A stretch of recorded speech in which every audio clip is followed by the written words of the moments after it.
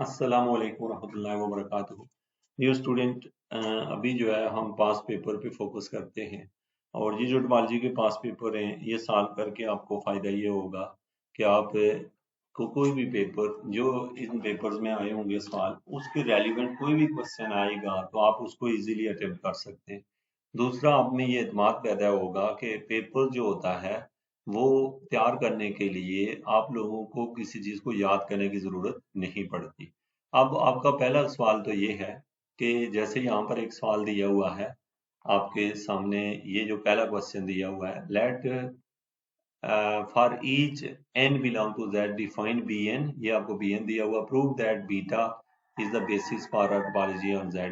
अब बात यह है कि आपको मसलन क्वेश्चन की 0% समझ है तो कोई भी पेपर जब आएगा, जाहिर है अब मसलन अगला पेपर है उसमें इस पेपर के साथ दोबारा से क्या आएगा, वहां पर दोबारा सवाल आएगा जिसके अंदर लास्ट बेसिस लिखा होगा, और वो दोबारा से पेपर आएगा जिसके अंदर लास्ट टोपोलॉजी लिखा होगा, और उसके अंदर बीटा भी इन्वॉल्व होगा और बी भी होगा। इसका मतलब ये हुआ कि आपके कोई भी सवाल, मतलब हमने 5 साल के पेपर हल किए, 5 साल के अंदर जो 25 क्वेश्चन दिए हुए हैं वो हर साल वो दोबारा हर सूरत में आएंगे। हर सूरत में मतलब एक बच्चा है जिसने प्रीवियस पेपर सॉल्व किए हुए हैं और पेपर में जाकर सवाल कोई और आया हुआ है जो उसने सॉल्व किया उनमें से नहीं है, तो क्या वो सॉल्व नहीं कर पाता? वो 100% करके आ जाता है, क्योंकि वो उसने कॉन्सेप्ट समझ लिए थे। हाँ, जिस बच्चे ने उनको याद किया था वो नहीं सॉल्व कर पाता।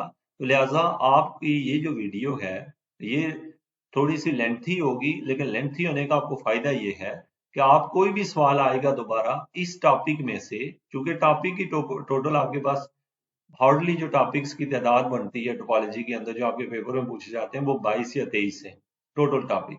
उन 23 टॉपिक में से क्वेश्चन कहीं से भी घुमाया जा सकता है, आपको वो जितना मर्जी घुमा दे आपने वो सवाल नहीं छोड़ना जब आप मेरे ये पेपर जो है ना इसका तरीका आप समझ लेंगे तो। नंबर एक, ये तो आपको मैंने समझाने की कोशिश की कि पास पेपर या ये जो वीडियो है आपके लिए कितनी इंपॉर्टेंट है। ये सिर्फ एक क्वेश्चन नहीं आप हल कर रहे हैं, ये आप क्या हल करेंगे इंशाअल्लाह, आप इसके रेलिवेंट जो मर्जी सवाल आपको दे दे, थ्योरम दे दे, आप उसको सही से रिस्पॉन्स करके आएंगे। तो पहली बात तो ये होगी। अब क्वेश्चन है यहाँ पर, मसलन उसने हमें ये कुछ दे दिया। पहली बात है कि आपको टोपोलॉजी की समझ हो। अब ज़ाहिर बात है कि आप में से कुछ को तो टोपोलॉजी का पता है, लेकिन मैं इसलिए बताना चाह रहा हूं कि मैं अभी आपका पूरा कॉन्सेप्ट बनाकर आपको बताऊंगा तो फिर आपको पता चलेगा बेसिस क्या है। तो टोपोलॉजी ये होता है कि एक सेट होता है। टोपोलॉजी क्या होता है? एक सेट होता है। अब देखिएगा यहाँ पर मैंने लिखा, फर्ज किया मेरे पास एक्स एक सेट है, उसके अंदर एलिमेंट हैं 1 और 2। अब आपने क्या करना है, इस एक्स से जो टोपोलॉजी बनती है उसको टा से लिखते हैं, और उसके अंदर जो एलिमेंट्स होते हैं वो उसमें फाई और एक्स लाजमी होता है, और इसके अलावा को और एलिमेंट भी हो सकते हैं। ठीक है, को और एलिमेंट भी हो सकते हैं। लेट सपोज मतलब मैंने 1 लिख दिया, 2 लिख दिया, और अब मैंने चेक करना है और मैंने लिख दिया 1 और 2। ये मेरे पास एक टोपोलॉजी है। अब ज़हन में रखिएगा कि ये टोपोलॉजी है।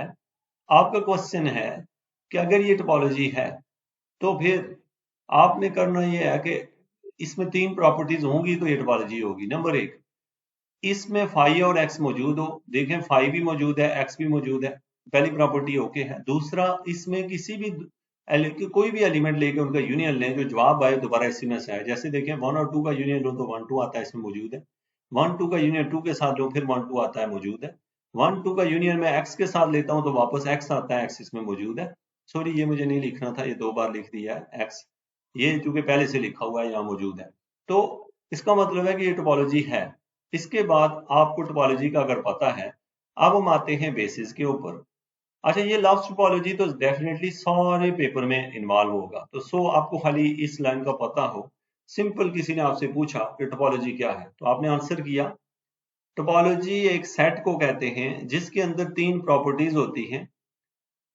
पहले आपको एक सेट दिया होता है, उस सेट की मदद से उसके सब सेट से टोपोलॉजी बनाई जाती है। जैसे ये एक्स एक सेट है, एक्स जो सेट है उसका जो सब सेट है वो टोपोलॉजी कहलाएगा अगर उसके अंदर तीन प्रॉपर्टीज हो। यानी कि कोई सेट डायरेक्टली टोपोलॉजी नहीं होता, उसका सब सेट की कलेक्शन को टोपोलॉजी कहते हैं। इसका मतलब है topology is the collection of subset of a set that have three properties. कौन कौन सी तीन प्रॉपर्टीज? एक तो उसमें फाई और एक्स मौजूद हो, और दूसरी उनका यूनियन लें तो जो टोपोलॉजी के अंदर एलिमेंट का यूनियन लें तो वो दोबारा टोपोलॉजी के एलिमेंट्स में से आए, और तीसरा उनका इंटरसेक्शन लें तो वो वहीं से आए। अब हम आते हैं दोबारा से, अगला स्टेप है हमारा वो है बेसिस का। अब मैं आता हूं बेसिस क्या है। बेसिस जो है वो आपने ये समझना है कि बेसिस, अब बेसिस को दूसरे अल्फाज में टोपोलॉजी में बेस भी लिखते हैं, खाली बेस लिखा हो या बेसिस लिखा हो उसको सेम आप पढ़ेंगे। अब आपके पास है कि आपको कहा यह जाता है एग्जांपल के तौर पे, आपको बेसिस के दो एक्सियम होते हैं। कितने होते हैं? बेसिस के दो एक्सियम होते हैं। अब पहले तो ये समझ लो कि वो एक्सियम क्या है। बेसिस बनती ही टोपोलॉजी से, याद रखें। अगर टोपोलॉजी नहीं है तो बेसिस नहीं है, अगर इसका मतलब है बेसिस होगी तो टोपोलॉजी बनेगी। अब लेट सपोज आपको ये कहा गया है मिसाल के तौर पर, यहां पर मेरे पास एक सेट है, मेरे पास ये एक सेट है एक्स।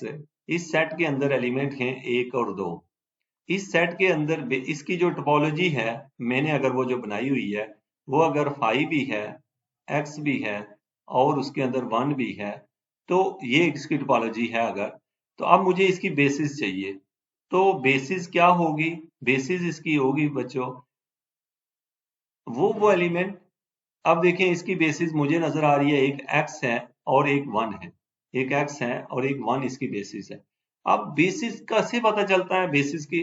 अच्छा इसमें बात को समझिएगा, ये जो बी लिखा हुआ है इसे बीटा लिखते हैं, और ये जो अंदर होते हैं एलिमेंट्स इसके इनको B1 B2 B3 इस तरह पढ़ते हैं। आपने एक चीज को तो फर्क कर लेना है, ये जो बीटा होता है, ये जो बीटा लिखा होता है ये बेसिस कहलाता है, और बीटा के अंदर ये जो बीटा होता है उसको और अंदर जो एलिमेंट्स होते हैं जैसे यहाँ एक्स है और वन है, ये इसके क्या कहलाते हैं? इसके B1 B2 कहलाते हैं। तो आपको ये समझो कि बी जो होता है अंदर मौजूद होते हैं और बीटा जो है वो बाहर इसको कहा जाता है। अब बेसिस की आपने ये लाइन समझनी है कि बेसिस, ये बेसिस सही है भी या नहीं इसको चेक करना है। तो बेसिस को चेक करने के दो स्टेप होते हैं जिनको हम एक्सियम्स ऑफ बेसिस कहते हैं। दो होते हैं। नंबर वन, जो पहला एक्सियम होता है वो ये होता है कि आपने क्या करना है यहां पर, कि पहला पहला नंबर ये होता है कि आप जो मर्जी एलिमेंट लें एक्स से, जो मर्जी एलिमेंट लें एक्स से, यानी एक्स का कोई भी एलिमेंट लें, वो एलिमेंट लाजमी लाजमी किसी बी में मौजूद हो। बी का मतलब जैसे मैंने वन लिया, वन जो है वो जाकर इस B2 में मौजूद है, वो किसी ना किसी बी का मतलब इन ये जो अंदर B1 B2 B3 पड़े होते हैं उनमें वो, यानी हमने एक्स का हर पहले एक एलिमेंट लेना है, उसको देखना है किसी बी में मौजूद है। अब वो जो बी होगा वो बजाते खुद किस में होगा? वो सब सेट होगा बीटा का। बीटा मतलब आपको पता है ये जो B1 B2 हैं वो बीटा के अंदर मौजूद है, उसके सब सेट है। तो अगर ये हो गई पहली प्रॉपर्टी कि आपने हर एक एक्स को चेक करना है, वन को भी चेक करना है फिर टू को, और इसके लिए हम शुरू में लिखेंगे फॉर ईच एक्स। क्या लिखेंगे? For each x, for each x, यानी हर एक्स के लिए ये काम आपने करना है कि आपने एक्स का पहले वन लेना है, उस वन को चेक करना है इस बीटा के अंदर किसी बी के अंदर वो पड़ा हुआ है। फिर टू को लेना है, टू को देखना है इस बीटा के अंदर किसी बी के अंदर वो पड़ा हुआ है। अब देखें टू इस एक्स के अंदर मौजूद है इस वक्त, तो लिहाजा ये पड़े हुए हैं। अगर ये दोनों मौजूद हैं, अगर ये दोनों मौजूद हैं तो पहली प्रॉपर्टी सेटिस्फाई होगी। प्रॉपर्टी नंबर टू है कि आपने और क्या करना है, जितने भी एलिमेंट होंगे बीटा के अंदर उनका आपस में इंटरसेक्शन लेना। जितने भी मतलब मुख्तलिफ तरीके से, मसलन पहले एलिमेंट का तीसरे के साथ, पहले का चौथे के साथ, पहले का पांचवें के साथ। यहाँ पर तो है ही दो एलिमेंट, लेकिन जब आप बड़ी टोपोलॉजी लेंगे तो उसके अंदर सपोज 100 एलिमेंट है। आप उनमें से जो रेंडमली आप मर्जी कोई दो एलिमेंट उठाएं, उनका इंटरसेक्शन लें, जो जवाब आए वो क्या हो। मसलन मैंने फॉर एग्जाम्पल दो एलिमेंट ले लिए, एक एलिमेंट का नाम था B5, इंटरसेक्शन किया किसके साथ? B11 के साथ। मेरा जो जवाब आए इससे ज़ाहिर है कोई ना कोई आंसर तो आएगा, यानी इनके इंटरसेक्शन से या तो एम्प्टी आंसर आएगा या कोई ना कोई एलिमेंट्स आ जाएंगे। जो भी एलिमेंट आ जाएंगे, जो भी सेट आएगा, जो जवाब आएगा आपका, वो जवाब दोबारा बेस के अंदर मौजूद हो। यानी उसके कहने का मतलब है कि आप अगर बी का बी मतलब 1 का इंटरसेक्शन करते हैं बी टू का, तो जो जवाब आए वो दोबारा से बीटा में से ही आए। अब दोबारा से बीटा मीन कि कोई ना कोई और बी पड़ा होगा जिसके अंदर वही जवाब मौजूद होगा। तो अगर मैं इसको फिर रिवाइज करूं, मसलन मैंने इन दोनों का इंटरसेक्शन लिया, देखें बी1 और बी2 का इंटरसेक्शन लेता हूं तो मेरा आंसर 1 आ रहा है। अब 1 देखें यहाँ पर ऑलरेडी मौजूद है। तो हमने ये समझा कि अगर ये दोनों प्रॉपर्टीज मौजूद हों तो उनको कहते हैं बच्चों के वो बेसिस है। अगर दोनों में से एक मौजूद नहीं है तो वो बेसिस नहीं कहलाता। अब आपको सही समझने के लिए बेसिस के लिए जरूरी है, अगर आपको ये लाइन समझ है और इससे आपको अगर डायग्राम बनाना सीख गया, आपने अगर अभी जो मैं आपको बनवाने लगा हूं, और एक तो होता है कि उसकी काउंटर एग्जांपल लेना। अब मैं आपको काउंटर एग्जांपल से ये बात समझाता हूं। मसलन मैं आपको समझाता हूं कि मेरे पास ये जो सेट दिया था 1 2, इस सेट की जगह 3 भी दिया हूं। अब मैंने क्या किया कि इसकी जो बेसिस बनाई है, लेट सपोज जिस टोपोलॉजी की मैंने बनाई है, सपोज मैंने बेसिस बनाई है इसकी, एक बनाया है 1, एक बनाई है मैंने 2, और कोई कहता है क्या ये जो बी है, ये जो बी है इस एक्स के लिहाज से टोपोलॉजी हो सकती है? तो नहीं हो सकती, क्योंकि बेसिस के अंदर इसका हर एलिमेंट होना चाहिए। जैसे 1 तो इसमें है, 2 तो है, लेकिन 3 है ही नहीं, पहली प्रॉपर्टी सेटिस्फाई नहीं कर रहा। अच्छा, अगर ये 3 भी आ जाता, यहां से मैं ये लाइन आगे से हटा दूं, अगर मैं कहूं कि अब मिसाल के तौर पर यहां पर आ गए 3 भी आ जाए, तो अब क्या ये इसकी बेसिस कहलाएगी? अब देखिए पहली प्रॉपर्टी तो सेटिस्फाई कर रहा है कि यानी तीनों एलिमेंट बेसिस में मौजूद हैं, लेकिन अब क्या इनका इंटरसेक्शन, इसमें अब 1 और 2 का इंटरसेक्शन लूंगा तो वो एम्प्टी आएगा। एम्प्टी हमेशा मौजूद होता ही होता है बाय डिफॉल्ट, तो ये ठीक है। 2 का 3 से इंटरसेक्शन लो एम्प्टी, तो लिहाजा ये जो बीटा मैंने लिया है ये जरूर किसी ना किसी टोपोलॉजी की बेसिस बन सकती है। यानी ये दोनों टोपोलॉजीज की बेसिस की कंडीशन को फुलफिल कर रहा है। आगे जाते हैं। अब मसलन मैं एक दफा और इसको ऐसे लिख दूं, एक और एग्जांपल से, कि लेट सपोज के हमने जो 3 लिखा है, 3 के आगे मैंने 2 3 भी लिखा हुआ है। अब मैंने ये भी चेक करना है पहली प्रॉपर्टी जो सेटिस्फाई हो रही है। मसलन यहाँ से ना 3 को मिटाना चाहूंगा, ठीक है? तो पता नहीं मुझे यहाँ से कहीं से रेजर नहीं मिल रहा। सपोज कि ये 3 यहाँ मौजूद नहीं है। अगर 3 मौजूद नहीं है बच्चों, तो अब आप क्या करोगे? अब देखो पहली प्रॉपर्टी है कि 1 इसमें मौजूद हो, ये है मौजूद, वो बीटा में भी मौजूद है। फिर 2 देखो, 2 इसमें मौजूद है।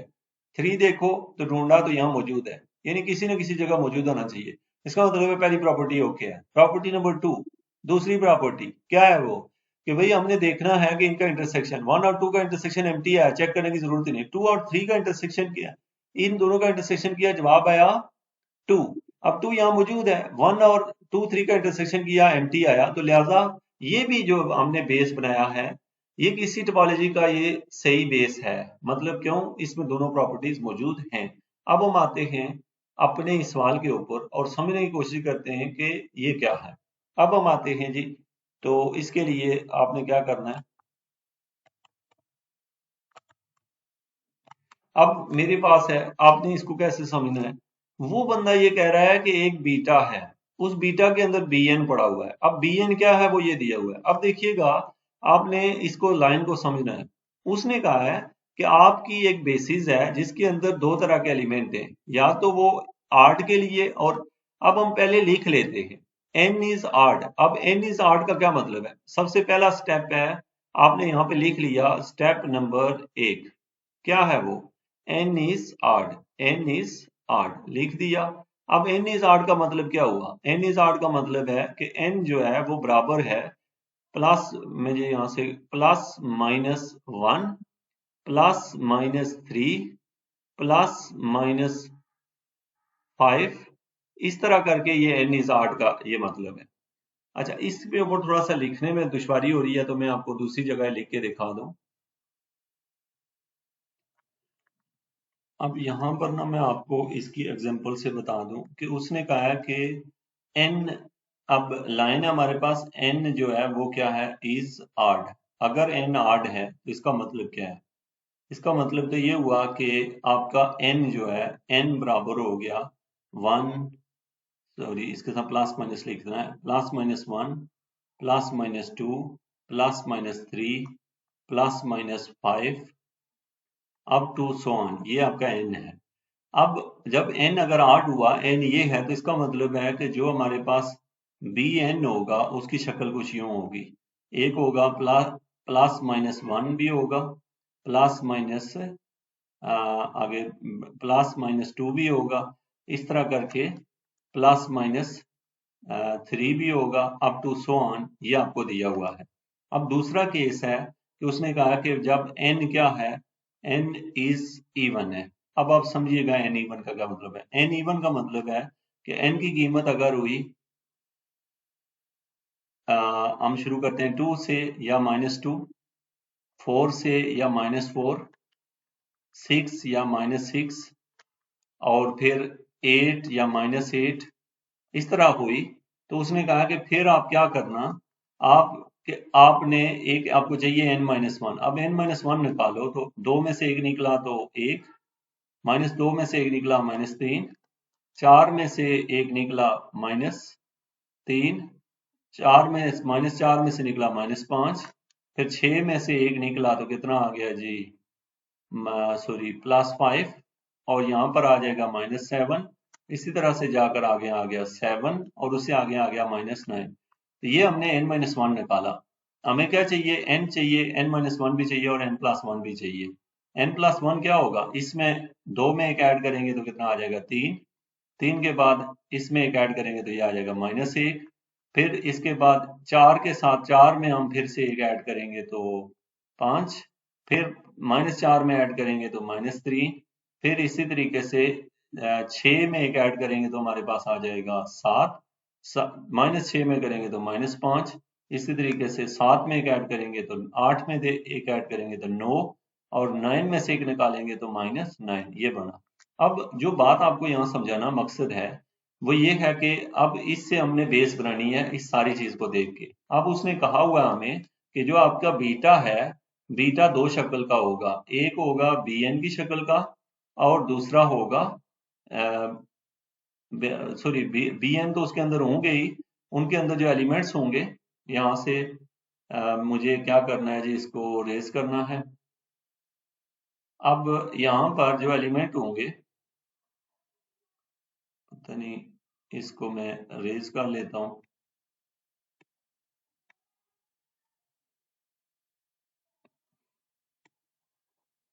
तो बीटा bn जो है वो बीटा से बना होगा, और अब आप समझिएगा, यानी इसका मतलब ये हुआ कि हमने क्या करना है कि हमने तमाम एलिमेंट को इकट्ठा करना है, इकट्ठा करके बेसिस बनानी है। अब मैं आपको बेसिस बना के दिखाता हूँ। पहले लिखें bn। अब ये bn बेसिस नहीं है, ये bn बेसिस के अंदर मौजूद एलिमेंट्स हैं। इसके अंदर एक तो ये वाले एलिमेंट आएंगे, ये वाले सेट, इसको मैं लिखूं तो ये ऐसे बनेगा, +-1, ओहो इसको ब्रैकेट में लिखना है, +-3, इसी तरीके से +-5, इस तरह के सारे एलिमेंट आएंगे अप टू सो ऑन। इसी के अलावा बाकी जो है ना, ये वाले जोड़े की शक्ल में आएंगे, क्योंकि उसने हमें फार्मूला दिया हुआ है कि आपने लिखना है n-1, n+1। इसका मतलब ये हुआ कि एक एलिमेंट हमने ये उठाना है, n-1 वाला, उसको पहले लिख देना है, फिर उसके बाद यहाँ से ऊपर से दूसरा एलिमेंट उठाना है, वो कितना है 2 उठा लिया, और नीचे से हमने यहाँ से ये एलिमेंट उठा लिया 3, तो इससे क्या जवाब निकला 1 2 3, कितना निकला 1 2 3। इसी तरीके से जब हमने ये लिया तो ये -1, -2 और -3 है दूसरे वाला, तो इससे आगे क्या आ गया -2, फिर उसके बाद -3 और -4। अब आप समझदार हैं कि आपको ये समझ लगेगी, अगर 1 हुआ पहला तो 2 3 आएगा, मतलब इस तरह के सारे नंबर्स आएंगे। अब जो बात यहाँ पर समझाना मकसद है वो क्या है, अब जैसे मैंने अगर ये वाला सेट लेता हूँ, ये आखिर आखिर वाला, तो ये देखें -8 -9, ये नहीं, ये ऊपर से क्या था 8 था, 8 में एक ऐड जमा किया 9, और फिर उसमें से निकाला यहाँ 7 आता है। तो ये जो आपके पास आ गए हैं एलिमेंट्स आए हैं, इन सब को मैं अगर यहाँ से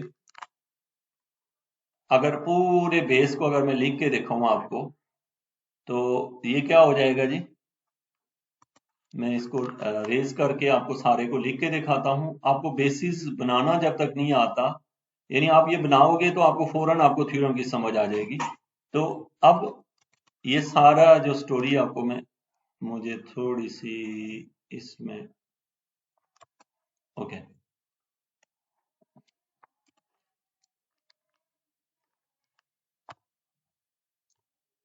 ये थोड़ा सा मैं इसमें इतना एक्सपर्ट नहीं हूँ कि बोर्ड व्हाइट बोर्ड पे लिखने का। तो अच्छा, यहाँ पर जो हमारे पास आ गया नेक्स्ट वन, अब आपको समझ लगी कि आपका बी एन क्या है। मैं आपसे पूछूं बी एन बताओ, तो आप कहेंगे जी बी एन जो है हमारा वो बराबर है, अभी आपने मुझे बताया, एक तो प्लस माइनस वन, इस तरह के नंबर, प्लस माइनस थ्री, फिर प्लस माइनस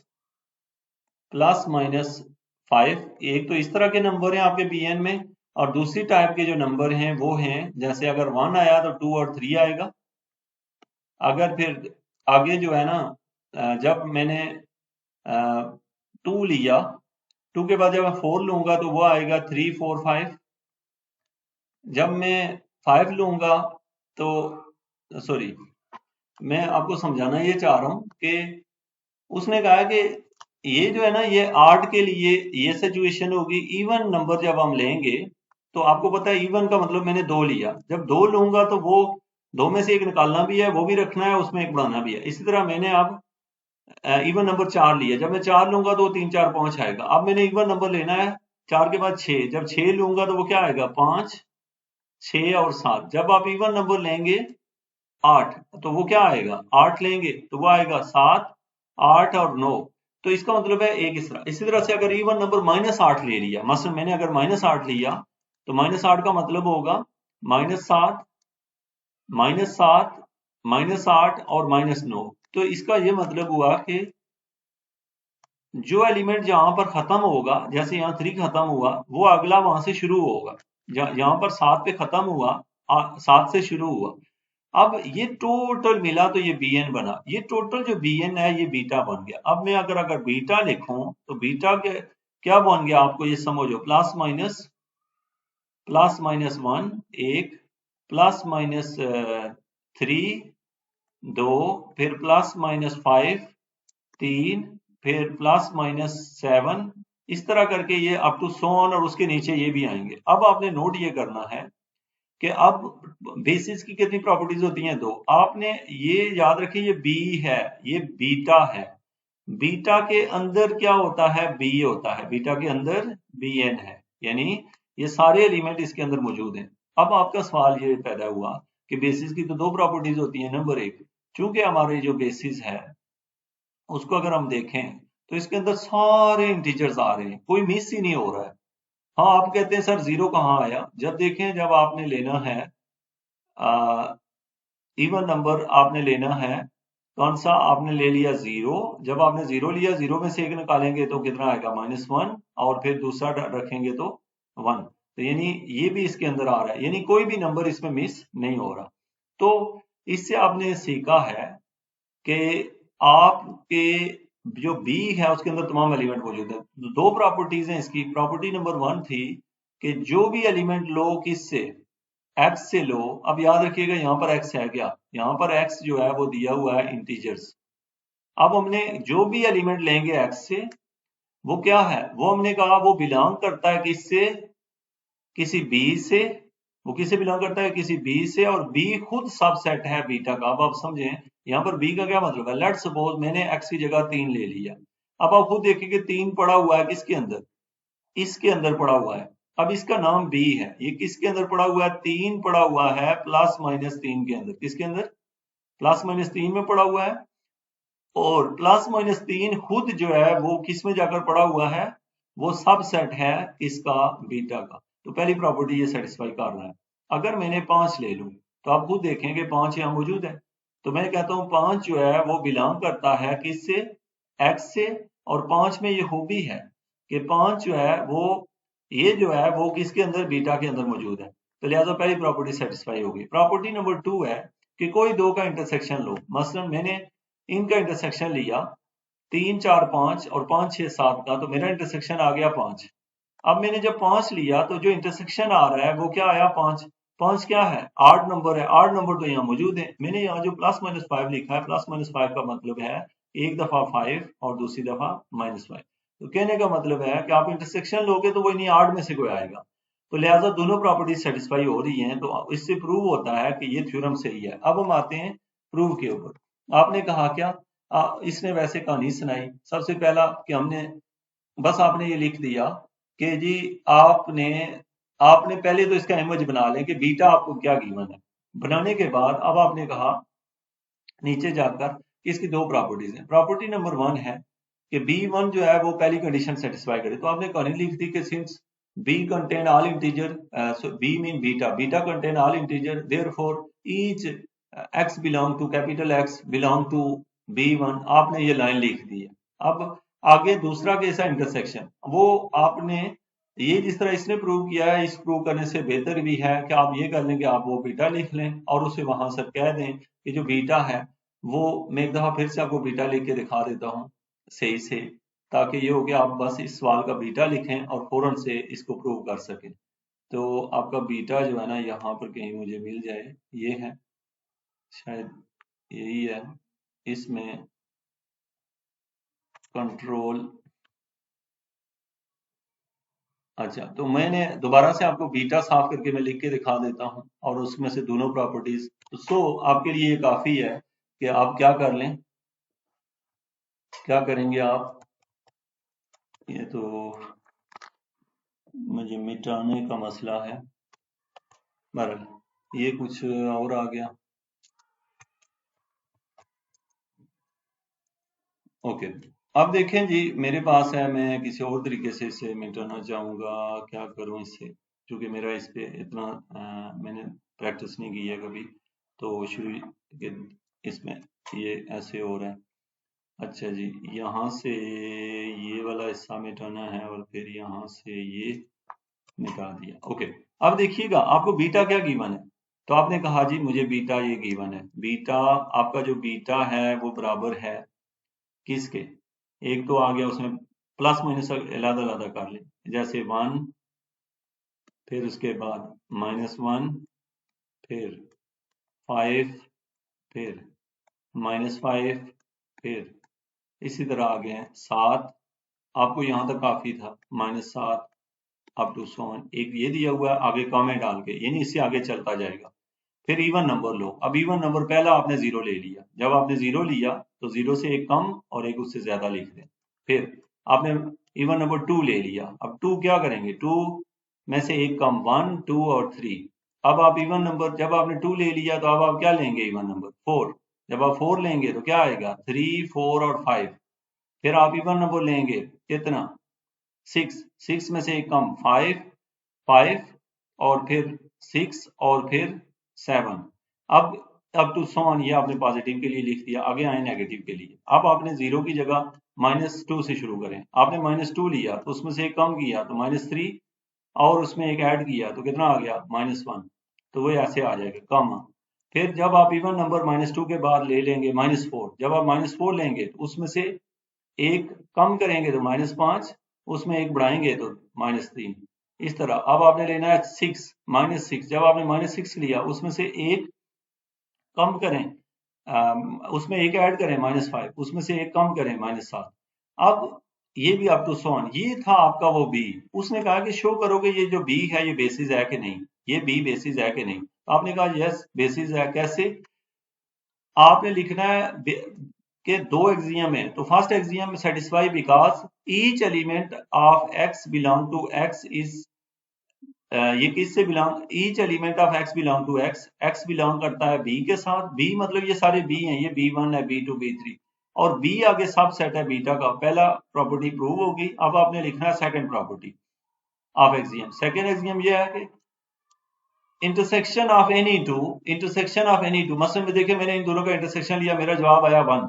अब देखिए 1 यहाँ मौजूद है, तो मैंने लिखना है कि intersection of any two from beta is also belong to beta. तो मैंने बस ये लिख दिया, क्या लिखा, intersection of any any two sets B1 and B2। अब देखिए B1 मतलब इसका नाम मैंने B1 रख लिया, इसका B2। अच्छा याद, मैंने बार बार समझाया B1 B2 और ये बीटा है, दोनों में फर्क है। इनका इंटरसेक्शन लूं, जैसे मैंने इंटरसेक्शन लिया B1, जो भी मेरे पास जवाब आया वो कुछ ना कुछ तो आएगा।